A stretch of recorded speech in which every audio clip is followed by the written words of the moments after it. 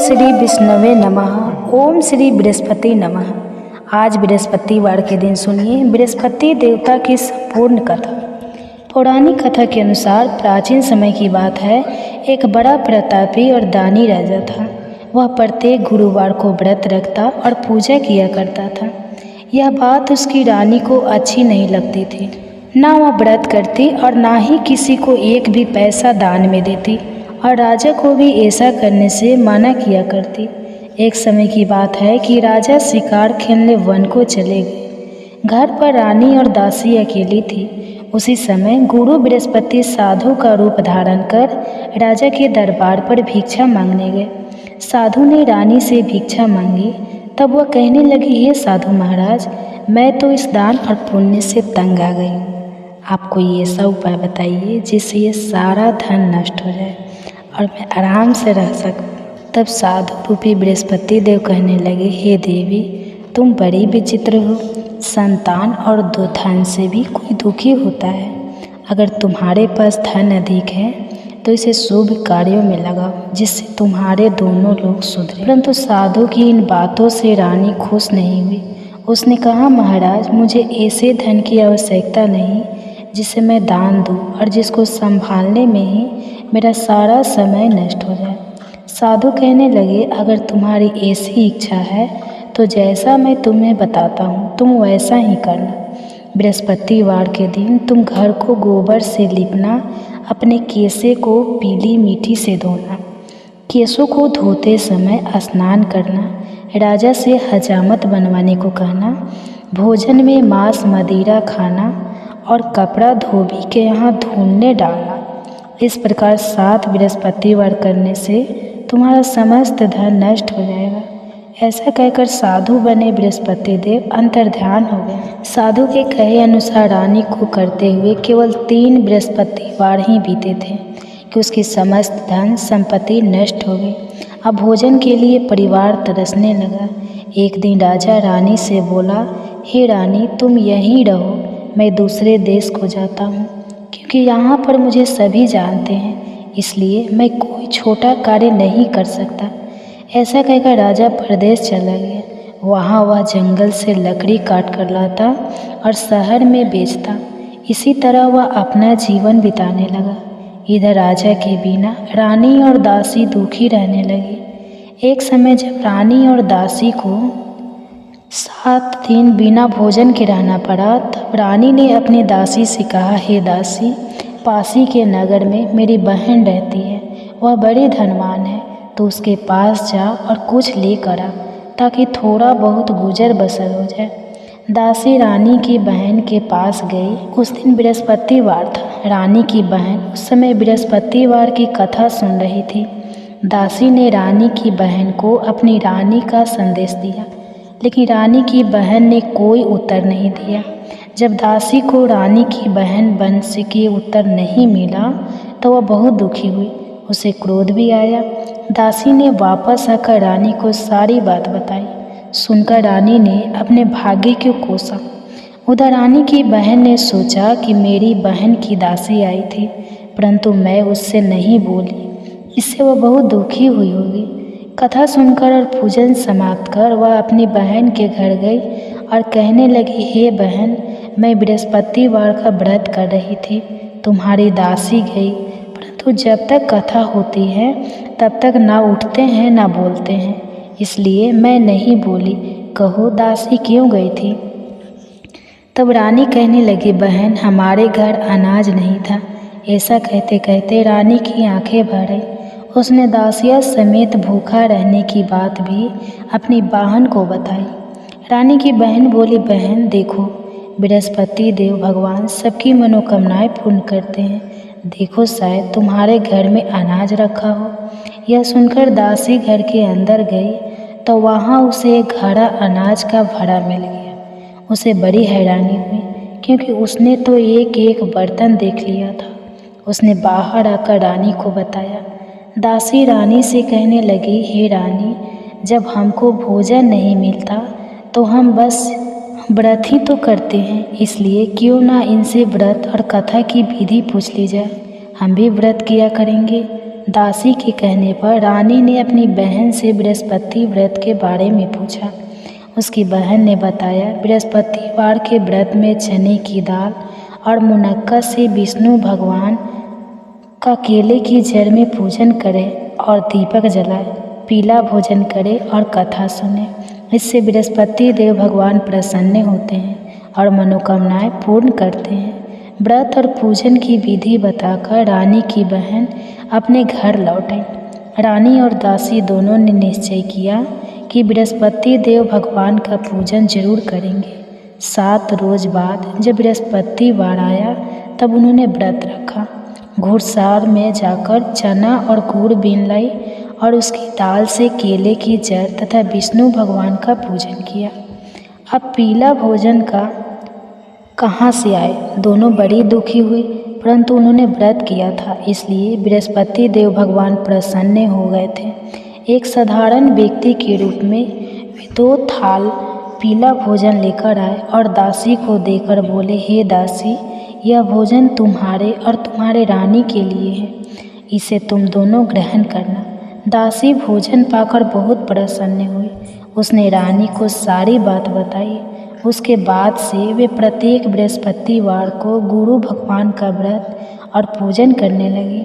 बृहस्पति भगवान की कृपा से उनके पास धन की गया, परंतु रानी फिर पहले की तरह आलसी करने लगी। तब दासी बोली, देखो रानी, तुम पहले भी इसी प्रकार आलस करती थी।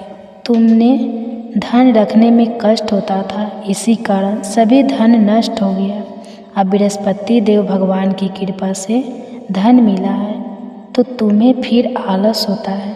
बड़ी मुसीबतों के बाद हमने यह धन पाया है, इसलिए हमें अब दान पुण्य करना चाहिए। अब तुम भूखे मनुष्य को भोजन कराओ, पियाऊ लगाओ, ब्राह्मणों को दान दो, कुआं, तालाब, बावड़ी आदि का निर्माण कराओ, मंदिर, पाठशाला बनवाकर ज्ञान दान दो, कुमारी कन्याओं का विवाह करवाओ, अर्थात धन को शुभ कार्यों में खर्च करो, जिससे तुम्हारे कुल का यश बढ़े तथा स्वर्ग प्राप्त और पितर प्रसन्न हो। तब दासी की बात सुनकर रानी शुभ कर्म करने लगी, जिससे उसका यश फैलने लगा। एक दिन रानी और दासी आपस में विचार करने लगी कि न जाने राजा किस दशा में होंगे, उनकी कोई खोज खबर भी नहीं है। उन्होंने श्रद्धापूर्वक बृहस्पति भगवान से प्रार्थना की कि राजा जहाँ कहीं भी हो शीघ्र वापस आ जाए। उधर राजा परदेश में बहुत दुखी रहने लगा।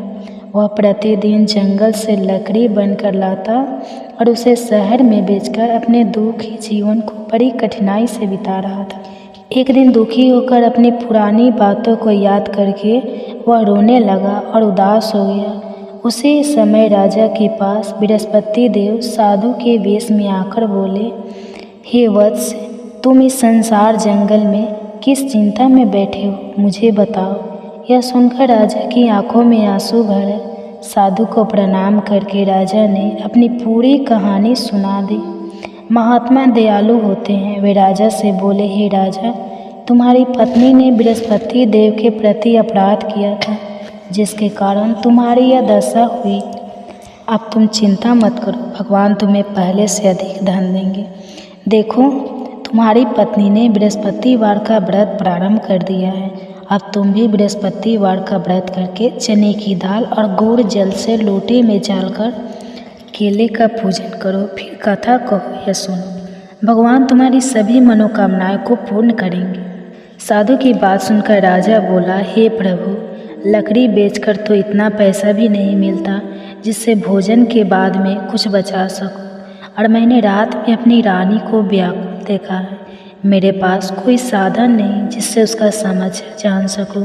फिर मैं कौन सी कहानी कहूँ, यह भी मुझको नहीं पता। साधु महाराज कहने लगे, हे राजा, मन में बृहस्पति भगवान के पूजन व्रत का निश्चय करो, वे स्वयं तुम्हारे लिए कोई राह बना देंगे। बृहस्पतिवार के दिन तुम रोजाना की तरह लकड़ियाँ लेकर शहर में जाना। तुम्हें रोज से 2 गुना धन मिलेगा, जिससे तुम भली भांति भोजन कर लोगे और बृहस्पति देव की पूजा का सामान भी आ जाएगा। जो तुमने बृहस्पतिवार की कहानी के बारे में पूछा है वह इस प्रकार है। प्राचीन काल में एक बहुत ही निर्धन ब्राह्मण था। उसके कोई संतान नहीं थी। वह नित्य पूजा पाठ करता, लेकिन उसकी स्त्री ना तो स्नान करती न किसी देवता का पूजन करती। इस कारण ब्राह्मण देवता बहुत दुखी रहते थे। फिर भगवान की कृपा से ब्राह्मण के यहाँ एक कन्या उत्पन्न हुई। वह कन्या बड़ी होने लगी। प्रातःकाल स्नान करके वह भगवान विष्णु का जप करती। बृहस्पतिवार का व्रत भी करने लगी। पूजा पाठ समाप्त कर पाठशाला जाती तो वह अपनी मुट्ठी में जो भर के ले जाती और पाठशाला के मार्ग में डालती। लौटते समय वही जो शरण हो जाते तो उनको बनकर घर ले आती। एक दिन वह बालिका सूप में उन सोने के जौ फटक रखकर साफ कर रही थी। तभी उसकी माँ ने देख लिया और कहने लगी, हे बेटी, सोने के जौ को फटकने के लिए तो सोने का सूप भी होना चाहिए। दूसरे दिन गुरुवार था। कन्या ने व्रत रखा और बृहस्पति देव से सोने का सूप देने की प्रार्थना की। बृहस्पति देव ने उसकी प्रार्थना स्वीकार कर ली। रोजाना की तरह वह कन्या जौ फैलाते हुए पाठशाला चली गई। पाठशाला से लौटकर जब वह जौ बीन रही थी तब बृहस्पति देव की कृपा से उसे सोने का सूप भी मिल गया। उसे वह घर ले आई और उससे जौ साफ करने लगी, परंतु उसकी माँ का वही ढंग रहा। एक दिन की बात है, वह कन्या सोने के सूप में जौ साफ कर रही थी। तभी उसी समय उस नगर का राजकुमार वहाँ से निकला। कन्या के रूप और कार्य को देखकर वह उस पर मोहित हो गया। राजमहल आकर वह भोजन तथा जल त्याग कर उदास होकर लेट गया। राजा को जब राजकुमार द्वारा अन्न जल त्यागने का समाचार ज्ञात हुआ तब वह अपने मंत्रियों के साथ अपने पुत्र के पास गया और कारण पूछा। राजकुमार ने राजा को उस लड़की के घर का पता भी बता दिया। मंत्री उस लड़की के घर गया। मंत्री ने ब्राह्मण के समक्ष राजा की ओर से निवेदन किया और कुछ ही समय बाद ब्राह्मण की कन्या का विवाह राजकुमार के साथ संपन्न हो गया। कन्या के घर से जाते ही ब्राह्मण देवता के घर में पहले की तरह गरीबी का निवास हो गया। एक दिन दुखी होकर ब्राह्मण अपनी पुत्री से मिलने गए। बेटी ने पिता की दुखी अवस्था को देखा और अपनी माँ का हाल पूछा। ब्राह्मण देवता ने सभी हाल कह सुनाया। तब कन्या ने बहुत धन देकर अपने पिता को विदा कर दिया, लेकिन कुछ दिन के बाद फिर वही हाल हो गया। ब्राह्मण फिर अपनी कन्या के यहाँ गया और सभी हाल कहा तो पुत्री बोली, हे पिताजी, आप माता जी को यहाँ ले आओ, मैं उन्हें वह विधि बता दूंगी जिससे गरीबी दूर हो जाए। ब्राह्मण देवता अपनी पत्नी को साथ लेकर अपनी पुत्री के पास राजमहल पहुँचे। तब पुत्री अपनी माँ को समझाने लगी, हे माँ, तुम प्रातःकाल स्नान आदि करके विष्णु भगवान का पूजन करो तो सब दरिद्रता दूर हो जाएगी। परंतु उसकी माँ ने उसकी एक बात भी नहीं मानी। वह प्रातःकाल उठकर अपनी पुत्री की बची जूठन को खा लेती थी।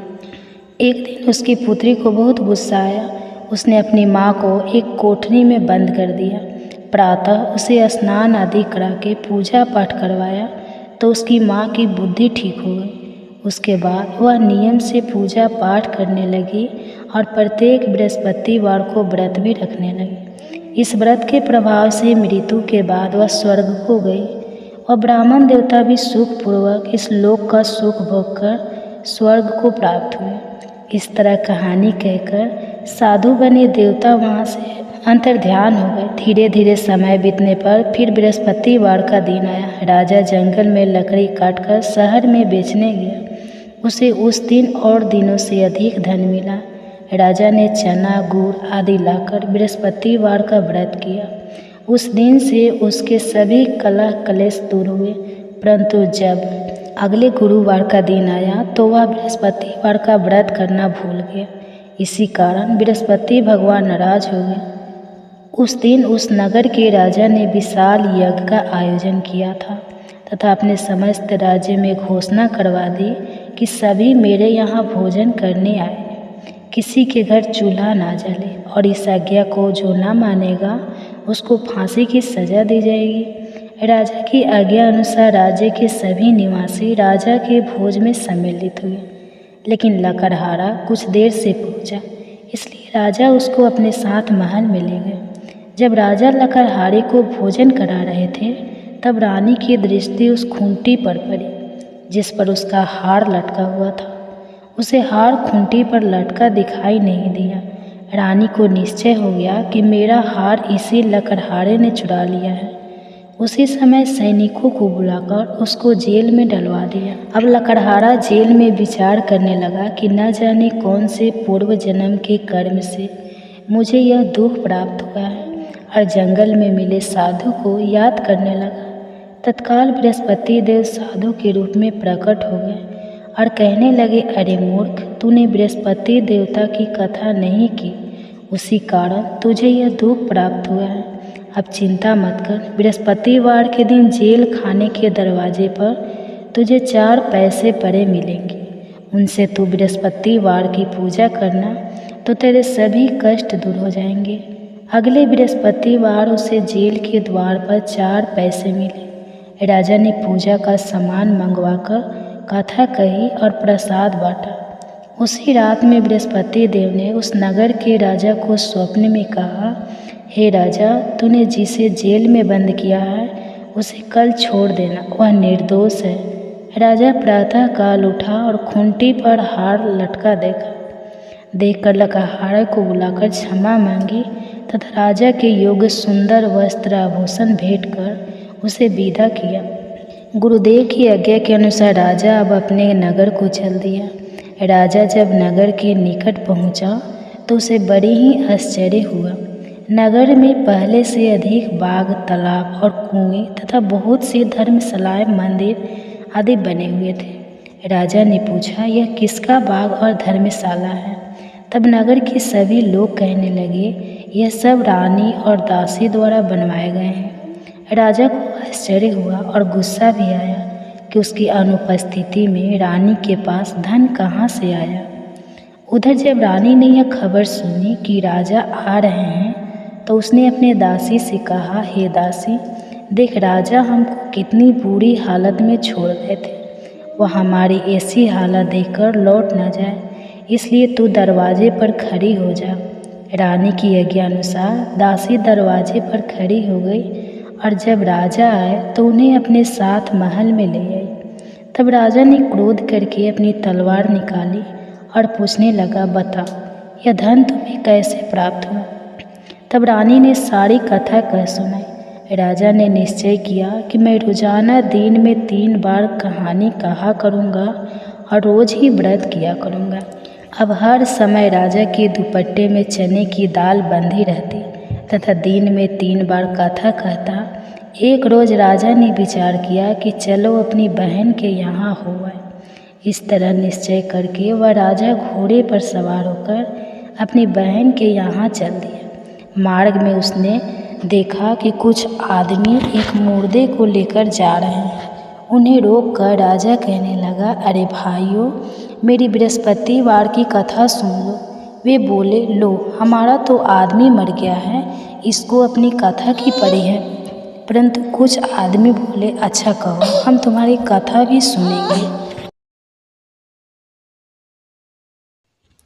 राजा ने दाल निकाली और अपनी कथा कहनी शुरू कर दी। जब कथा आधी हुई तो मुर्दा हिलने लगा। जब कथा समाप्त हुई तो राम राम करके वह मनुष्य खड़ा हो गया। राजा आगे बढ़ा, उसे चलते चलते शाम हो गई। आगे मार्ग में उसे किसान खेत में हल चलाता मिला। राजा ने उससे भी कथा सुनने का आग्रह किया, लेकिन वह नहीं माना।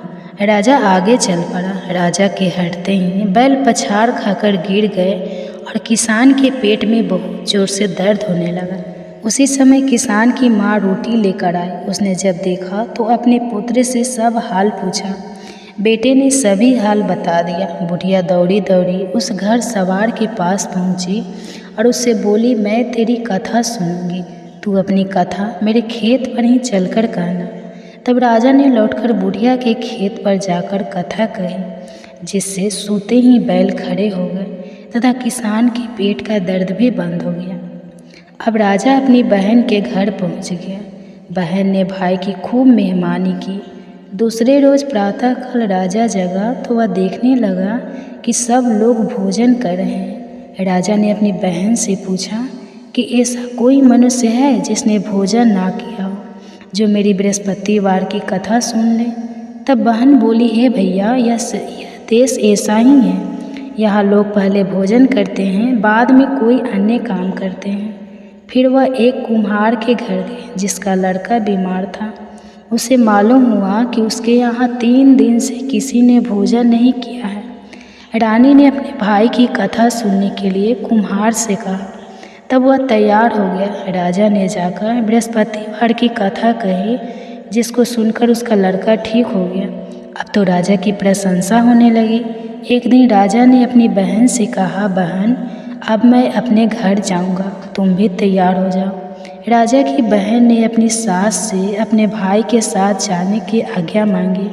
सास बोली, हाँ चली जा, मगर अपने लड़के को मत लेकर जाना, क्योंकि तेरे भाई की कोई संतान नहीं होती है। बहन ने अपने भाई से कहा, हे भैया, मैं तो चलूँगी, मगर कोई बालक नहीं जाएगा। तब राजा कहने लगा कि जब बालक ही नहीं जाएंगे तब तुम भी चलकर क्या करोगी। और अपनी बहन को भी छोड़कर दुखी मन से राजा अपने नगर को लौट आया। राजा ने अपनी रानी से सारी कथा बताई और बिना भोजन किए वह सैया पर लेट गया। रानी बोली, हे प्रभु, बृहस्पति देव ने हमें सब कुछ दिया है, वे हमें संतान भी अवश्य देंगे। उसी रात बृहस्पति देव ने राजा को स्वप्न में कहा, हे राजा, उठ, सभी सोच त्याग दे, तेरी रानी गर्भवती है। राजा को यह बात जानकर बड़ी खुशी हुई। 9वें महीने बाद रानी के गर्भ से एक सुंदर पुत्र पैदा हुआ। तब राजा बोला, हे रानी, स्त्री बिना भोजन के रह सकती है, परंतु बिना कहे नहीं रह सकती। जब मेरी बहन आए तब तुम मुझसे कुछ मत कहना। रानी ने हाँ कर दी। जब राजा की बहन ने यह शुभ समाचार सुना तो वह बहुत खुशी हुई और बधाई लेकर अपने भाई के यहाँ आई। रानी ने तब उसे आने का आह्वान किया। जब भाई अपने साथ ला रहे थे तब तो टाल गए, उनके साथ नहीं आई और आज अपने आप ही भागे भागे कि बिना बुलाए आ गई। तब राजा की बहन बोली, भाई, मैं इस प्रकार ना कहती तो तुम्हारे घर औलाद कैसे होती। बृहस्पति देव सभी कामनाएं पूर्ण करते हैं।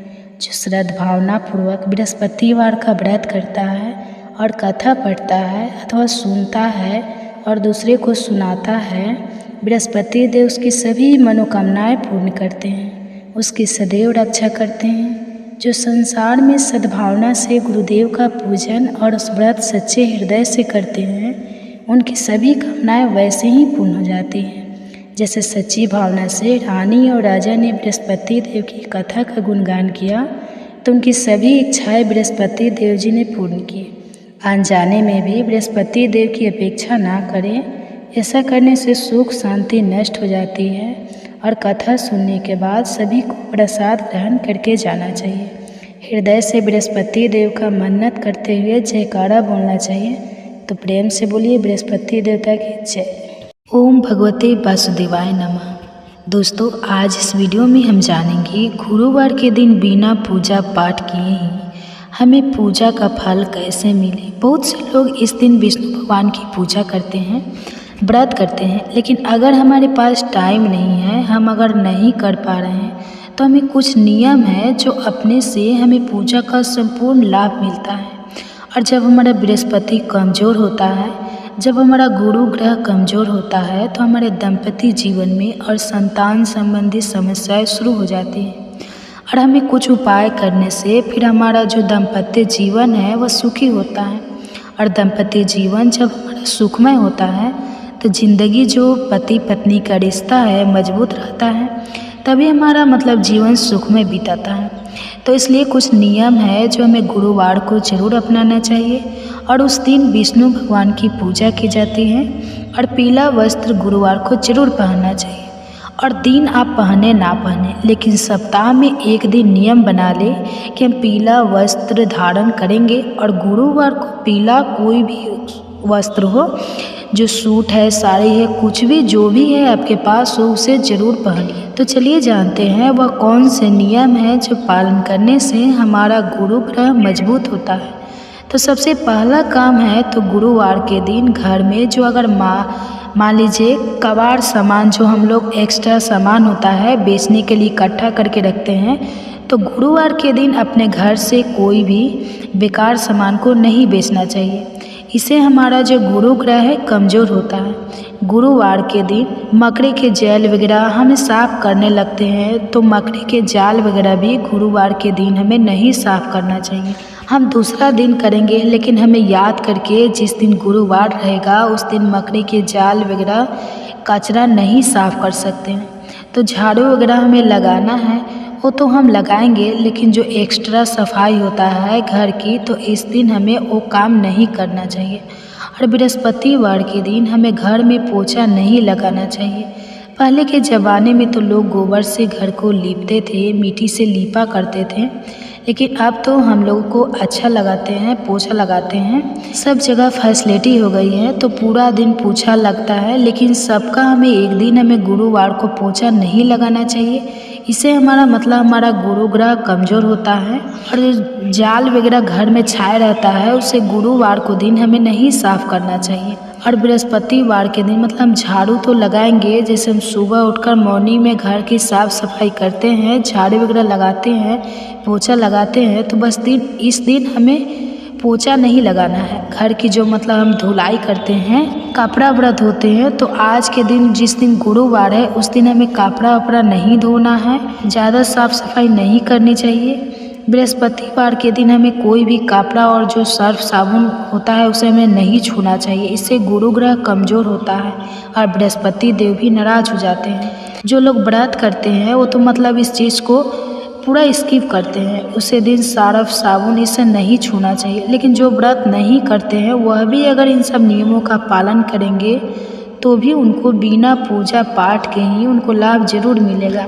बृहस्पतिवार के दिन आप केले के वृक्ष में थोड़ा सा गंगा जल ले ले, उसमें हल्दी के और यह चना डाल दे, तो यह भी हम डाल लेंगे। और ये गुड़, तो यह 3 चीज़ डालकर और हमें केले की जड़ के में जल जरूर देना चाहिए बृहस्पतिवार के दिन। और बृहस्पतिवार और महसूस हम इस दिन बिना व्रत के भी अगर हम यह सब नियम का पालन करते हैं तो इसका हमें संपूर्ण लाभ मिलेगा।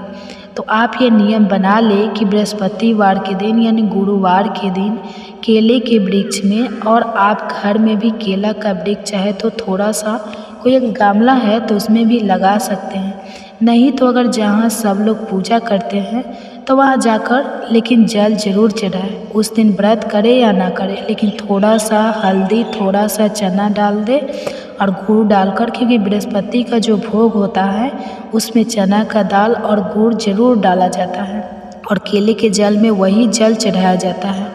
तो आप इन सब नियमों का जरूर पालन करें। और जो कुंवारी लड़कियां हैं वो भी ये नियम करेगी तो उनकी भी शादी बहुत जल्द होती है। जिनकी शादी में थोड़ा सा भी अगर विलम्ब हो रहा है तो वे केले के वृक्ष में अगर आप व्रत करती है तो करें, नहीं तो यह नियम करें। और बृहस्पतिवार के दिन आप बाल को नहीं धो सकते हैं, और बृहस्पतिवार के दिन नहाने के पानी में हल्दी डाल दें। और जो कुंवारी लड़कियां हैं वो बृहस्पतिवार के दिन नहाने के पानी में हल्दी डाल दे और बाल जरूर धोए, तो बहुत जल्दी ही आपका शादी हो जाएगी। तो जो कुंवारी लड़कियां हैं, जो सुहागिन महिलाएं हैं, वह तो बाल नहीं धोती है, लेकिन जो कुंवारी लड़कियां हैं जिनकी शादी नहीं हो रही है वो थोड़ा सा ये नियम करे, पानी में हल्दी डाल के और बृहस्पति के दिन बाल जरूर धोए। सुहागिन महिलाएं हैं उनको बाल नहीं धोना है। तो यही सब नियम का हमें पालन करना है। और बृहस्पतिवार के दिन हमारा जो घर में लगता है कि और कुछ हम नहीं कर रहे हैं, घर में बरकत नहीं हो रही है, सुख समृद्धि नहीं आ रही है, जीवन में शांति प्राप्त नहीं हो रही है, तो इसके लिए हमें एक रोटी में गंगा जल लेना है और थोड़ा सा उसमें हल्दी डाल के और गुरुवार के दिन पूरे घर में हम छिड़क देंगे। तो ये गंगा जल तो आप जानते ही हैं, गंगा जल से जितनी भी निगेटिविटी नकारात्मक होती है हमारे घर से चली जाती है, और हल्दी डालने से शुभम आती है। तो इसलिए हमें दोनों को मिलाकर और पूरे घर में अगर आपके आस-पास का आम का पल्लू मिले तो वह, और नहीं तो दुर्वा अगर मिल रहा है तो दुर्वा से ही पूरे घर में थोड़ा थोड़ा इस जहाँ आपका मेन गेट है वहाँ से शुरुआत कीजिए और पूरा घर में गंगा जल और हल्दी मिलाकर हम जल बनाए हैं तो पूरे घर में आपको इसको छींटना है। आम का पल्लू मिले तो आम के पल्लू से, और नहीं तो आपके पास अगर दुर्वा हो तो दुर्वा से भी पूरे घर में छीटेंगे तो वो भी बहुत ज़्यादा अच्छा होता है। और नहीं भी अगर मिल रहा है तो आप हाथ में ही जेल लेके और पूरे मेन गेट पर छीट दीजिए। इससे भी हमारे घर का जो एनर्जी होता है वो बहुत ज़्यादा सकारात्मक होता है। और यह काम हमें करना है बृहस्पतिवार के दिन।